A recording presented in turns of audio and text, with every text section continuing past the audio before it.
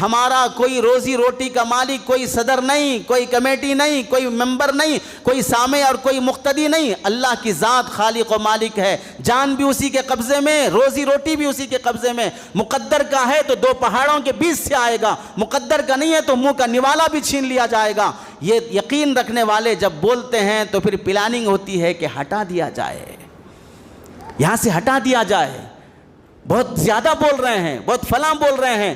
امت کو بیدار کرنے والا طبقہ یہ علماء کا ہے۔ ان کی زندگیاں دیکھ لیں، ان کے گھرانے دیکھ لیں۔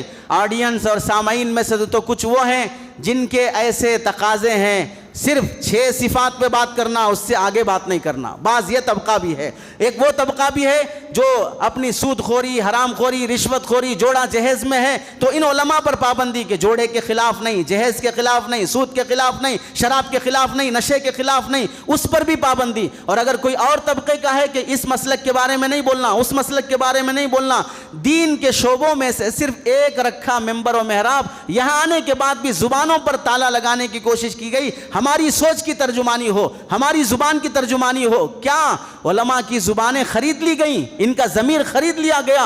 اتنا محدود کرنے کے بعد، اس کے باوجود بھی جو حق گو علماء ہیں، جن کے ہاتھوں میں اپنی جان، ہتھیلیوں میں اپنی جان، اپنی عزت